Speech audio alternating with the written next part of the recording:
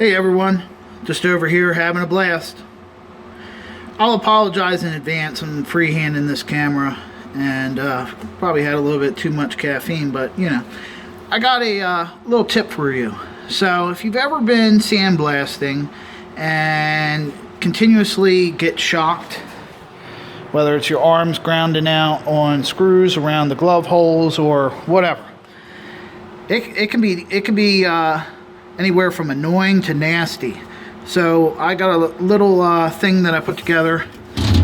Just took some wire laying around, and you know, green for ground, you know, got to be anal like that. I've grounded out the gun there. I got plenty of wire laying in here. It doesn't inhibit any use of the gun. It stays out of the way. And I've gone down and gotten to bare metal here and grounded it to the cabinet. Now, instead of trying to come up with some elaborate grounding system, what I did is since the light is wired up to a three-prong plug, I took the light apart and grounded from the light housing to bare metal on the cabinet.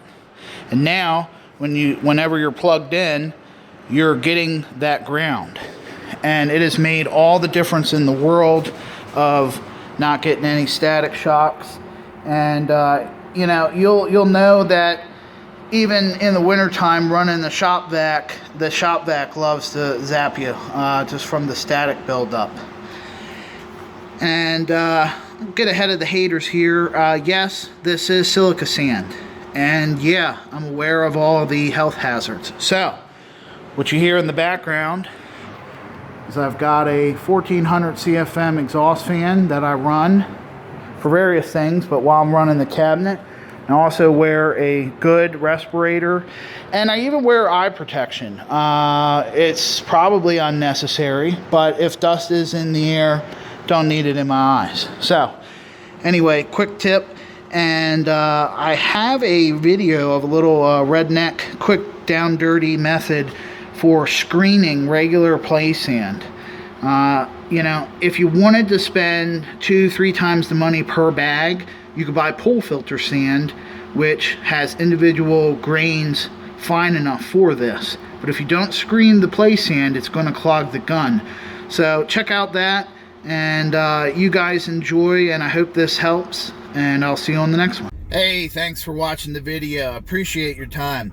Please leave a comment down below. We're all about sharing knowledge and bouncing ideas off of each other. That's what YouTube's all about, and that's what my channel's all about. If you liked the video, please hit that like button.